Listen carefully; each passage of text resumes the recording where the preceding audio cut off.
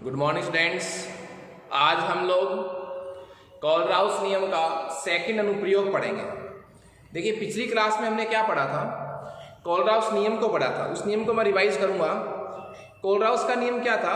दुर्बल विद्युत अपघट्य की सीमांत मोलर चालकता ज्ञात कैसे की जाती है। और उसके लिए कोलराउस ने नियम क्या दिया था कि किसी दुर्बल विद्युत अपघट्य की सीमांत मोलर चालकता उस विद्युत अपघट्य में उपस्थित धनायन तथा ऋणायन की सीमांत मोलर चालकता के योग के बराबर होती है। क्लियर है? इसलिए उस नियम का हमने एक अर्थ और भी निकाला था कि किसी दुर्बल विद्युत अपघट्य की सीमांत मोलर चालकता में प्रत्येक आयन की सीमांत मोलर चालकता का स्वतंत्र रूप से योगदान होता है। एक आयन की सीमांत मोलर चालकता का दूसरे आयन की सीमांत मोलर चालकता पर कोई प्रभाव नहीं पड़ता। मतलब प्रत्येक आयन, भावार्थ क्या हुआ था कि प्रत्येक आयन स्वतंत्र रूप से उस विद्युत अपघट्य की सीमांत मोलर चालकता में योगदान करता है। तो एक आयन की सीमांत मोलर चालकता उसके सह आयन पर निर्भर नहीं करती। क्लियर है? फिर हमने ये पढ़ा कि कोलराउस नियम की सहायता से हम क्या क्या कर सकते हैं। तो फर्स्ट हमने पढ़ा था कि दुर्बल विद्युत अपघट्य की सीमांत मोलर चालकता ज्ञात कर सकते हैं। दुर्बल विद्युत अपघट्य की सीमांत मोलर चालकता को दो तरीके से निकाला था हमने। पहला हमने पढ़ा था आयनिक चालकता द्वारा। उस विधि में क्या था कि आप इस विधि में प्रबल विद्युत अपघट्य की सहायता से दुर्बल विद्युत अपघट्य की सीमांत मोलर चालकता ज्ञात कर सकते हैं। हमने एक एग्जाम्पल भी लिया था।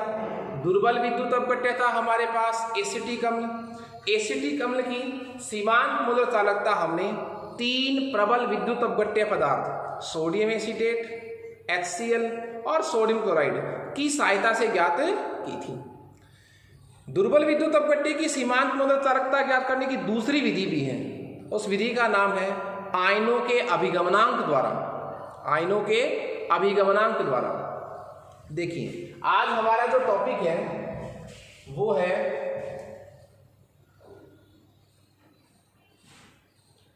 सेकंड जो मेथड है हमारी वो है आयनों के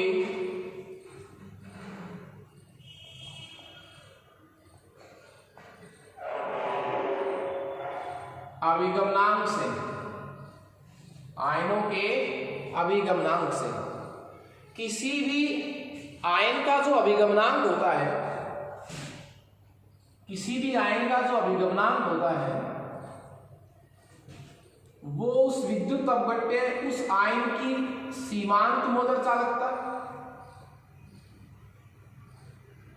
और उस विद्युत अपघट्य की सीमांत मोलर चालकता का अनुपात होता है। तो जैसे मान लीजिए मैं धनायन का अभिगमनांक निकालूं तो मैंने क्या लिख दिया? Nc। N किसको रिप्रेजेंट कर रहा है? अभिगमनांक को। C का मतलब क्या है? केटाइन, धनायन। तो धनायन का अभिगमनांक धनायन की सीमांत मोलर चालकता तथा उस विद्युत अपघट्य की सीमांत मोलर चालकता का अनुपात होता है। तो मेरे कहने का मतलब क्या हुआ?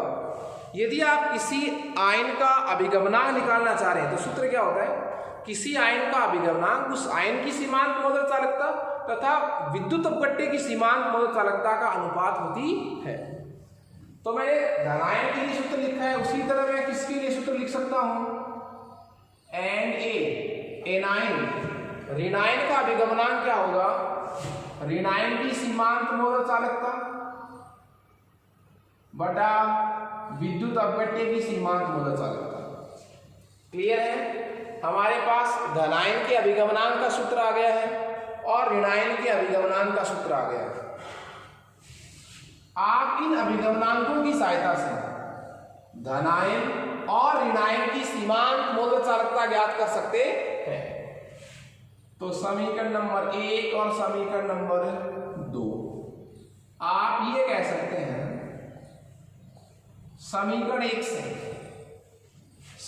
1 से धनायन की सीमांत मोलर चालकता का सूत्र क्या आ जाएगा? हमें इसका फॉर्मूला चाहिए तो इन दोनों को क्रॉस मल्टीप्लाई कर दो। Nc गुणा इनफाइनाइट समीकरण 2 से क्या कह सकता हूं, मुझे चाहिए ऋणायन की सीमांत मोलर चालकता, इन दोनों को क्रॉस मल्टीप्लाई कर दीजिए, Na गुणा लैम्डा m इनफाइनाइट।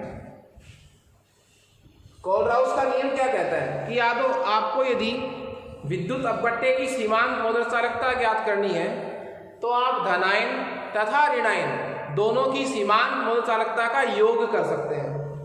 तो कोलराउस का नियम हम इसमें लगाएंगे, धनायन की सीमांत मोलर चालकता प्लस ऋणायन की सीमांत मोलर चालकता का टोटल जो है वो क्या हो जाएगा, उस विद्युत अपव्यय की सीमांत मोलर चालकता। कहीं कोई दिक्कत नहीं है। तो इस विधि में हम आयनों के अभिगमनांक द्वारा उस आयन की सीमांत मोलर चालकता ज्ञात करते हैं और कोलराउस नियम की सहायता से आयनों की सीमांत मोलर चालकता का योग करके हम उस विद्युत अपव्यय की सीमांत मोलर चालकता ज्ञात करते हैं। तो पहले क्या निकालेंगे हम, आयन का अभिगमनांक। पहले क्या निकालेंगे, आयन का अभिगमनांक। आयन के अभिगमनांक से हम आयन की सीमांत मोलर चालकता निकालेंगे और जब हमें आयनों की सीमांत मोलर चालकता ज्ञात हो जाएगी तो कोलराउस का नियम लगाएंगे, दोनों आयनों की सीमांत मोलर चालकता का योग करेंगे और उस दुर्बल विद्युत अपव्यय की सीमांत मोलर चालकता आ जाएगी। क्लियर है। तीसरा जो अनुप्रयोग है वो है कि आप दुर्बल विद्युत अपव्यय की वियोजन की मात्रा अल्फा का भी निर्धारण कर सकते हैं। जो हमने दूसरी विधि पढ़ी है अभिगमनांक वाली, इस विधि द्वारा प्रबल विद्युत अपव्यय तथा दुर्बल विद्युत अपव्यय दोनों की सीमांत मोलर चालकता ज्ञात कर सकते हैं। तो हमारा जो थर्ड अनुप्रयोग है कोलराउस नियम का वो है दुर्बल विद्युत अपव्यय की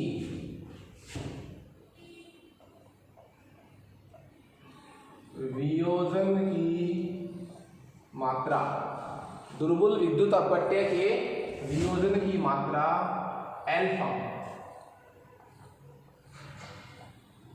ज्ञात करना।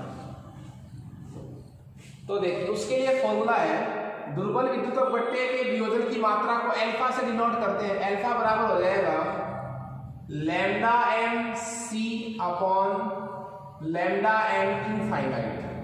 बहुत अच्छा फॉर्मूला है न्यूमेरिकल के सवालों के लिए भी। यहां लैम्डा m c क्या है, किसी दी हुई सांद्रता पर, c सांद्रता पर मोलर चालकता, c सांद्रता पर मोलर चालकता कहाँ है, वो है लैम्डा m c।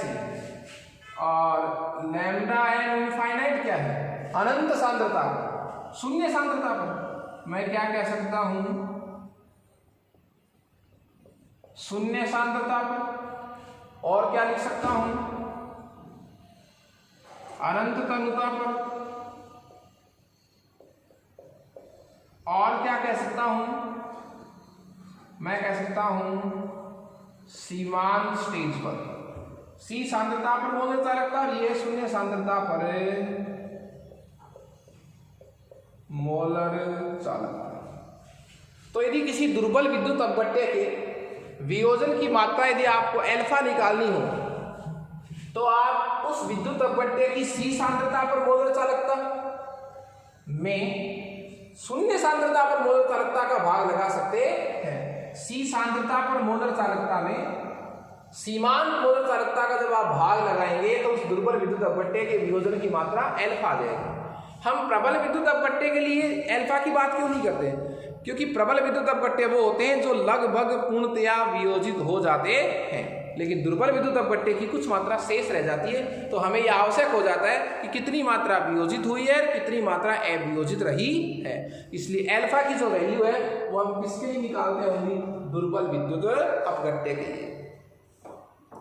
उसके बाद हमारा नेक्स्ट टॉपिक है, ये कोलराउस का नियम बहुत इंपॉर्टेंट टॉपिक था एग्जाम के लिए, न्यूमेरिकल्स के लिए। आप इसको ध्यान से सुनेंगे, ध्यान से पढ़ेंगे।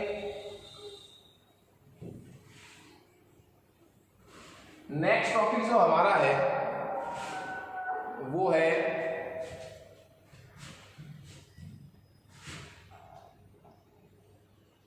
विद्युत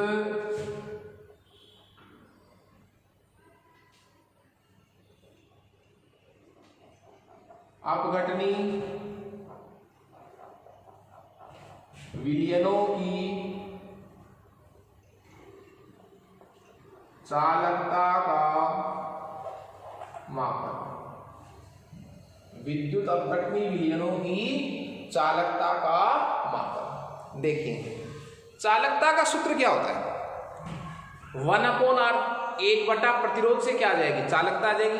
प्रतिरोध किसका, चालक तार का, वायर का। यदि हमें वायर का प्रतिरोध ध्यान है तो हम उसका 1 करके क्या ज्ञात कर सकते हैं, चालकता ज्ञात कर सकते हैं। हम इस बार चालकता किसकी ज्ञात कर रहे हैं, विद्युत अपघटनी विलयन की चालकता। सॉल्यूशन की चालकता कैसे ज्ञात करेंगे, डायरेक्ट हमारे पास कोई मेथड नहीं है। हम क्या करेंगे, विद्युत अपघटनी विलयन की का प्रतिरोध ज्ञात करेंगे। जैसे NaCl के जलीय विलयन का प्रतिरोध ज्ञात कर लेंगे और प्रतिरोध का व्युत्क्रम करके अपन क्या ज्ञात कर लेंगे, चालकता। बात यह है कि प्रतिरोध का मापन कैसे हो, तो प्रतिरोध का मापन प्रत्यक्ष विधि द्वारा तो संभव नहीं है। विद्युत अपघटनी विलयनों के प्रतिरोध का मापन प्रत्यक्ष विधि द्वारा संभव नहीं है। इसलिए हम व्हाइटस्टोन ब्रिज द्वारा हम उस विद्युत अपघटनी विलयन का प्रतिरोध ज्ञात करेंगे। विलयन को एक भुजा से जोड़ देंगे, 4 भुजाएं होती हैं व्हाइटस्टोन ब्रिज में, और हम उसका प्रतिरोध ज्ञात कर लेंगे। प्रतिरोध का 1 में भाग लगा देंगे, 1 कर देंगे तो क्या आ जाएगी हमारे पास, चालकता। तो विद्युत अपघटनी विलयनों की चालकता का मापन कैसे करते हैं वो मैं आपको इसमें बता रहा हूं। इसके लिए क्या यूज किया गया, व्हाइटस्टोन ब्रिज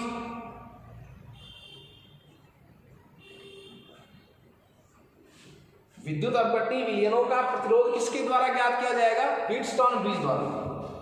व्हाइटस्टोन ब्रिज द्वारा क्या ज्ञात किया जाएगा, इसका प्रतिरोध। जब प्रतिरोध आ जाएगा तो हम 1/r कर लेंगे और क्या ज्ञात कर लेंगे, उस विद्युत अपघटनी विलयन की चालकता। हमें समझना क्या है, हमें समझना इतना है कि प्रतिरोध कैसे आएगा। प्रतिरोध आने के बाद तो 1/r का फॉर्मूला लगा लेंगे अपन। बात यह है कि विद्युत अपघटनी विलयनों का प्रतिरोध कैसे ज्ञात करेंगे। तो विद्युत अपघटनी विलयनों का प्रतिरोध हम कौन से उपकरण द्वारा ज्ञात करेंगे, व्हाइटस्टोन ब्रिज द्वारा। व्हाइटस्टोन ब्रिज में 4 भुजाएं होती हैं प्रतिरोध। मैं थोड़ा सा इसको इजी करूं, 4 भुजाएं इसमें होती हैं। आप क्या करेंगे, एक पात्र लेंगे, पात्र में प्लेटिनम की 2 छड़ें,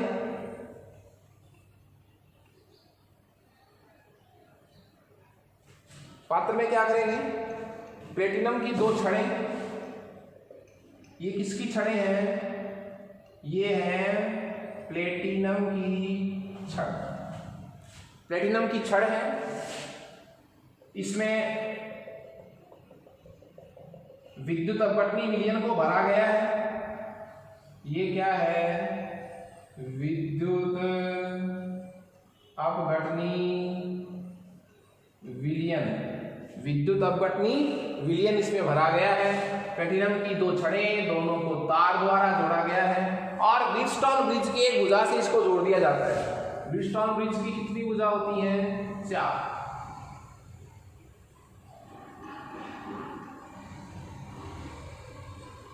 तो एक भुजा से इन दोनों को क्या कर दिया था, जोड़ दिया।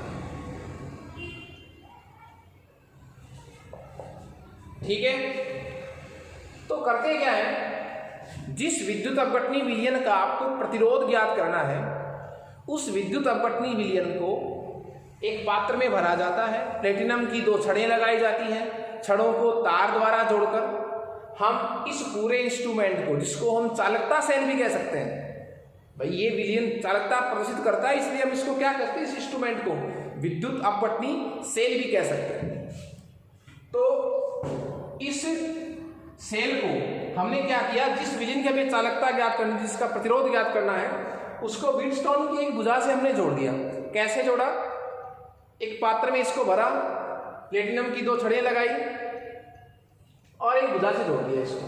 आपको पता है हम इसमें कितने प्रतिरोध हैं, 4, 1 2 3 4, 3 प्रतिरोध तो हमारे पास ज्ञात रहेंगे और एक प्रतिरोध हमारे पास क्या रहेगा, अज्ञात। हमने ये लगा दिया, एक भुजा से जोड़ दिया। ये 3 प्रतिरोध जो है हम अपनी मर्जी से लगाएंगे। हम इन 3 प्रतिरोध को इस तरह लगाएंगे कि धारामापी गैल्वेनोमीटर में कैसी स्थिति आए, शून्य विक्षेप की स्थिति। गैल्वेनोमीटर में किसकी स्थिति आए, शून्य विक्षेप की स्थिति आए। इस तरह हम समायोजन करेंगे प्रतिरोध का। रिवाइज कर रहा हूं मैं, एक भुजा से मैंने विद्युत अपघटनी विलयन को जोड़ दिया। अब प्रतिरोध कितने रह गए आपके पास, 3 प्रतिरोध में आप चाहे 2 ओम लगाइए, 4 ओम का प्रतिरोध लगाइए, 6 ओम का प्रतिरोध लगाइए, आपको 3 प्रकार के प्रतिरोध है, 1 2 3। यहां आप इस तरह प्रतिरोध लगाइए कि चारों प्रतिरोध का रिजल्ट क्या है, 0। धारामापी में शून्य विक्षेप की स्थिति है, इसका मतलब चारों प्रतिरोध क्या हो गए, बैलेंस हो गए। ऐसी स्थिति में आप R2 आपके पास अज्ञात प्रतिरोध रहेगा। R2 क्या है, इस विलयन का प्रतिरोध। R2 क्या है यहाँ पर, इस विलयन का प्रतिरोध। तो R1 R4 में जब आप R3 का डिवाइड करेंगे तो आपके पास इस विद्युत अपघटनी विलयन का क्या आ जाएगा, प्रतिरोध आ जाए। क्लियर है? देखिए मैं वापस से इसको रिवाइज कर रहा हूं। हमारा टॉपिक क्या था, हमारा टॉपिक था विद्युत अपघटनी विलयनों की चालकता ज्ञात करना। और विद्युत अपघटनी विलयनों की चालकता के लिए हमें पहले उसका प्रतिरोध ज्ञात करना है। प्रतिरोध का मापन प्रत्यक्ष रूप से संभव नहीं है, इसलिए हम व्हीटस्टोन ब्रिज के द्वारा हम इसका प्रतिरोध ज्ञात करते हैं, उसका व्युत्क्रम करके हम चालकता ज्ञात कर लेंगे। प्रतिरोध के लिए क्या करते हैं, जिस विद्युत अपघटनी विलयन का हमें प्रतिरोध ज्ञात करना है, उस विलयन को एक पात्र में भरा जाता है, प्लेटिनम की 2 छड़ें लगाई जाती हैं, तार द्वारा इनको जोड़ा जाता है और एक भुजा से जोड़ दिया व्हीटस्टोन ब्रिज की। 4 भुजाएं होती हैं, 4 प्रतिरोध होते हैं। 1000-3000 का वोल्ट इसमें यूज किया जाता है करंट का।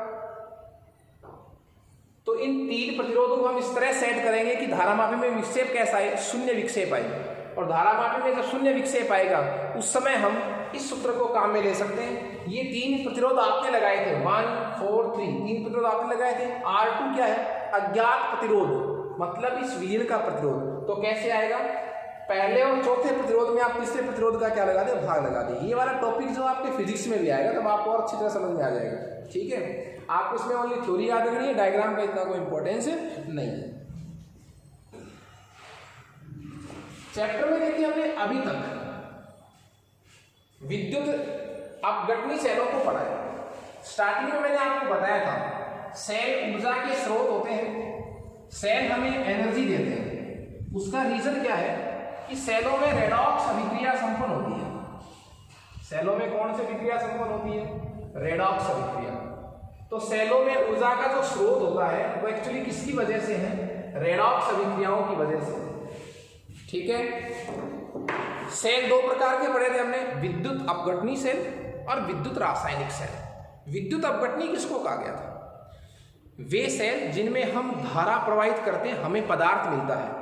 विद्युत धारा को रासायनिक ऊर्जा में जो चेंज करते हैं वो क्या कहलाते हैं, विद्युत अपघटनी सेल। हम धारा प्रवाहित करते हैं।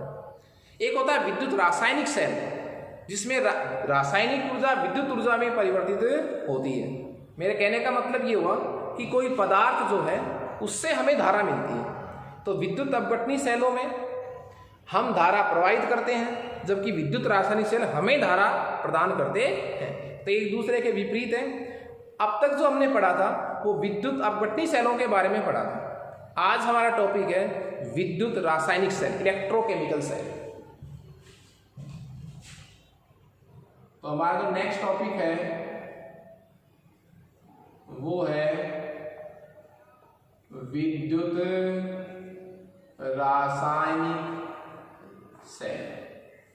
विद्युत रासायनिक सेल। इन सेलों में क्या होगा, जो रासायनिक ऊर्जा है, मतलब कोई ना कोई क्या पदार्थ, कोई ना कोई क्या पदार्थ, वो पदार्थ जो है उससे हमें मिलेगी विद्युत ऊर्जा। उससे हमें क्या मिलेगी, विद्युत ऊर्जा, मतलब क्या मिलेगी, विद्युत धारा। ये काम जो सेल करते हैं वो क्या कहलाते हैं, विद्युत रासायनिक सेल। और इसका विपरीत काम जो करते हैं, जो विद्युत धारा को पदार्थ में चेंज करते हैं, रासायनिक ऊर्जा में चेंज करते हैं, वो क्या कहलाते हैं, विद्युत अपघटनी सेल।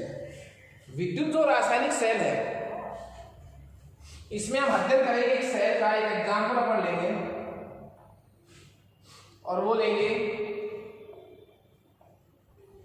डेनियल सेल का। डेनियल सेल एक प्रकार का कैसा सेल है, विद्युत रासायनिक सेल। डेनियल सेल के कुछ और भी नाम है,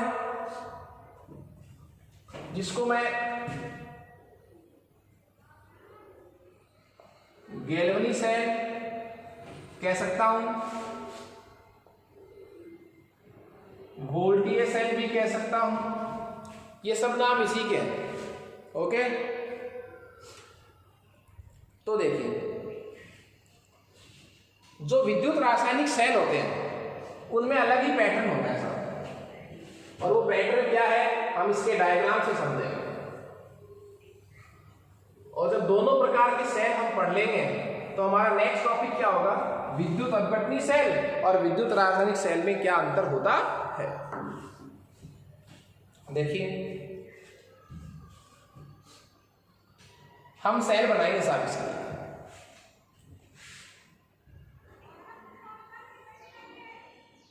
दो पात्र हम लेंगे,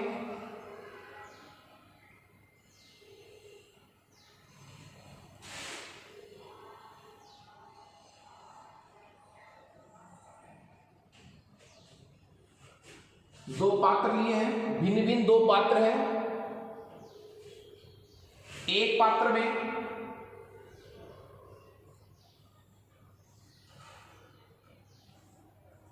जिंक की छड़ है,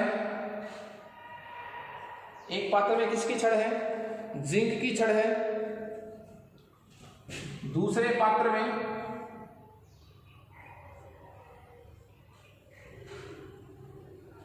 पात्र में कॉपर की छड़ है। दो भिन्न भिन्न हमने पात्र लिए, एक पात्र में जिंक की छड़ है और दूसरे पात्र में हमारे पास है कॉपर की छड़। इन छड़ों को विलयन में डुबोया गया है साहब। जिंक की छड़ को जिंक सल्फेट के सॉल्यूशन में, जिंक सल्फेट के सॉल्यूशन में, ये विलयन कैसा है, ZnSO4 विलयन। जिंक के साल्ट के सॉल्यूशन में, और कॉपर की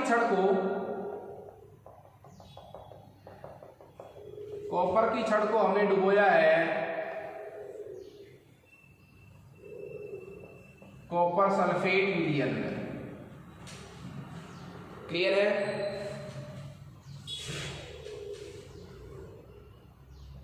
दोनों को तार द्वारा जोड़ रखा है। जिंक की छड़ जो है वो एनोड का काम करेगी सब। किसका काम करेगी? एनोड का।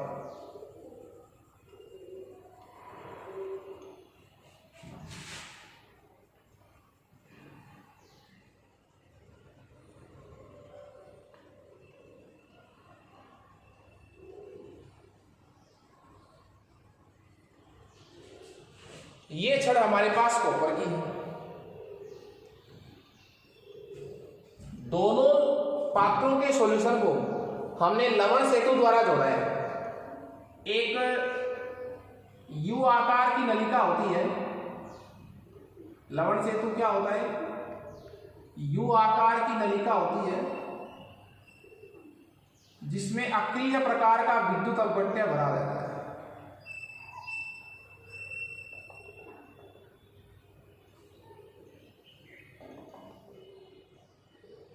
जिसमें अक्रिय प्रकार का विद्युत अपघट्य भरा रहता है। ये लवण सेतु है साहब। ये हमारे पास है साल्ट ब्रिज या लवण सेतु जिसमें अक्रिय प्रकार का विद्युत अपघट्य भरा है। तो ये हमारे पास हो जाएगा, मान लीजिए पोटेशियम नाइट्रेट, अक्रिय प्रकार का विद्युत अपघट्य। यहां रुई के डॉट लगाए गए हैं,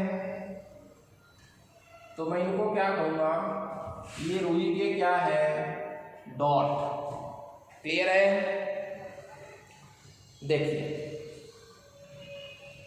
ये बनावट है वोल्टीय सेल, डेनियल सेल, गेल्वनी सेल की, या मैं क्या कहता हूं, ये किसका प्रकार है? ये प्रकार है विद्युत रासायनिक सेल का। ये इसकी बनावट है। मैं आपको वापस से इसकी बनावट को रिवाइज कर रहा हूं। दो भिन्न भिन्न पात्र में, एक पात्र में जिंक की छड़ को जिंक सल्फेट के विलयन में, दूसरे पात्र में कॉपर की छड़ को कॉपर सल्फेट के विलयन में डुबोया गया है। दोनों छड़ों को तार द्वारा जोड़ा गया है। दोनों सॉल्यूशन में एक कनेक्शन क्या है, एक यू आकार की नलिका है जिसको लवण सेतु बोला जाता है, साल्ट ब्रिज कहा जाता है। ये दोनों सॉल्यूशन को जोड़े रखता है। इस यू आकार की नलिका में अक्रिय प्रकार का विद्युत अपघट्य भरा रहता है, जैसे पोटेशियम नाइट्रेट है। आपको पता है जब जिंक धातु की क्रियाशीलता कॉपर से अधिक होती है, क्लियर है, जिंक धातु की क्रियाशीलता कॉपर से अधिक होती है, तो इलेक्ट्रॉन कोण जागेगा, जिंक। तो इलेक्ट्रॉन कहां से निकलेंगे? जिंक से निकलेंगे। तो जिंक का क्या हुआ? ऑक्सीकरण। ऑक्सीकरण जिस छड़ पर होता है उसे एनोड कहते हैं। इस तरह इलेक्ट्रॉन जा रहे हैं साहब। इलेक्ट्रॉन जिंक से कहां जा रहे हैं? कॉपर की तरफ। इसलिए मैं इस छड़ को क्या नाम दूंगा? ये किसका काम करती है? एनोड। मैंने कहा जिंक धातु की क्रियाशीलता कॉपर से अधिक होने के कारण इलेक्ट्रॉन का निष्कासन कॉपर जिंक द्वारा किया जाता है। किसके द्वारा किया जाता है? जिंक द्वारा। अब जिसमें से इलेक्ट्रॉन निकलेंगे उसका ऑक्सीकरण होगा, और ऑक्सीकरण जिस छड़ का होता है, जिसका होता है, वो एनोड का कार्य करती है। तो जिंक की छड़ जो है वो किसका काम करती है? एनोड का। इलेक्ट्रॉन जो जिंक द्वारा निकले हैं उनको कौन एक्सेप्ट करेगा? इस कॉपर सल्फेट में पड़ेगा कॉपर आयन। तो यहाँ इलेक्ट्रॉन एक्सेप्ट हो रहे हैं, तो इनका क्या हो रहा है? अपसेंट। अपसेंट जिस छड़ पर होता है उसको क्या कहते हैं? कैथोड। तो ये जो कॉपर की छड़ है ये किसका काम कर रही है? कैथोड का। जब इलेक्ट्रॉन का प्रवाह, इलेक्ट्रॉन का प्रवाह जो है, इलेक्ट्रॉन का जो प्रवाह है वो हो रहा है जिंक से किसकी तरफ? कॉपर की तरफ। इलेक्ट्रॉन का जो प्रवाह है वो किसकी तरफ हो रहा है? जिंक से किसकी तरफ? कॉपर की तरफ। तो फिर धारा कैसे बहेगी? धारा की दशा, धारा की जो दिशा होती है वो इलेक्ट्रॉन के प्रवाह की दिशा के विपरीत होती है। इसलिए धारा की दिशा क्या होगी? कॉपर से जिंक। तो धारा की दिशा जो है वो कॉपर से क्या होगी? जिंक होगी। क्लियर है? तो ये विद्युत रासायनिक सेल का एक प्रकार था, डेनियल सेल, वोल्टीय सेल और गैल्वनी सेल। इसकी हमने बनावट पढ़ी है। आप लोगों को इसका डायग्राम याद रह गया तो इसकी पूरी थ्योरी, इसकी कार्यप्रणाली, इसकी इलेक्ट्रॉन पर होने वाली अभिक्रियाएं बहुत इजी हो जाती है। तो ये मैंने इस क्लास में आपको इस सेल की बनावट का विस्तार किया है। इसकी कार्यप्रणाली, इलेक्ट्रॉन पर होने वाली अभिक्रियाएं को मैं नेक्स्ट क्लास में डिस्कस करूंगा। Okay, thank you students.